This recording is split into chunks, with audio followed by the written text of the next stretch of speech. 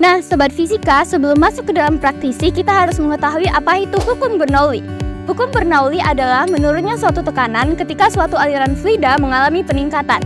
Hukum ini diambil dari buku sang pencipta berjudul Hydrodynamics. Nah, siapakah penemu hukum Bernoulli?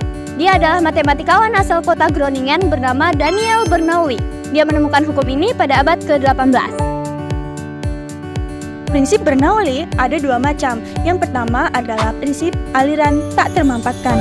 Contohnya adalah minyak, air, dan segala hal yang berhubungan dengan fluida cair.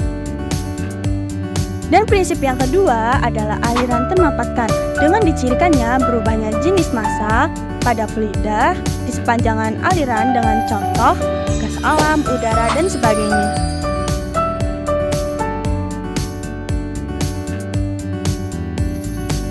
Dengan rumus seperti ini. Dengan V merupakan energi potensial gravitasi persatuan massa dan W merupakan entalpi fluida persatuan massa. Nah, teman-teman, alasan kami memilih balon sebagai alat dalam percobaan kali ini adalah karena balon merupakan alat yang cocok untuk mendemonstrasikan konsep tekanan udara, seperti hukum Bernoulli. Alat ini juga sangat mudah ditemukan dan harganya juga sangat murah. Selain itu, balon juga dapat digunakan untuk percobaan sederhana dan alat visual dalam pembelajaran. Nah, Sobat Fisika, sekarang mari kita bahas kelebihan dan kekurangan dari alat ini. Kelebihan dari alat ini adalah dengan alat dan bahan sederhana, kita dapat mengetahui bagaimana hukum Bernoulli itu terjadi dengan melihat perbedaan tekanan yang berada di sekitar area balon yang menimbulkan gaya, yaitu dorongan. Sedangkan, kekurangan dari alat ini adalah alat ini tidak dapat merepresentasikan seberapa kuat tekanan yang terjadi pada kereta yang sebenarnya. Oleh karena itu, kita tetap harus hati-hati ya teman-teman jika kita berada di sekitar kereta. Nah, teman-teman, kedua balon tersebut merepresentasikan sebuah kereta yang sedang melaju. Mengapa?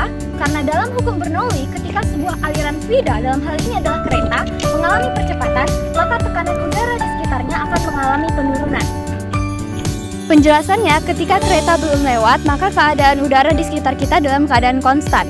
Ketika kereta atau aliran fluida melaju dengan kecepatan yang tinggi, maka tekanan udara di sekitar kita menurun. Dan jika kita berada di sekitar kereta, maka kita berada di daerah dengan tekanan udara yang menurun. Kita akan mengalami fenomena seperti didorong setan.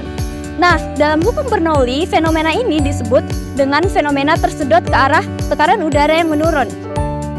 Baik teman-teman, kesimpulan dan tujuan kami menjelaskan praktisi sederhana kepada Sobat Fisika adalah agar kita dapat sama-sama memahami konsep Bernoulli pada tekanan di area sekitar kereta.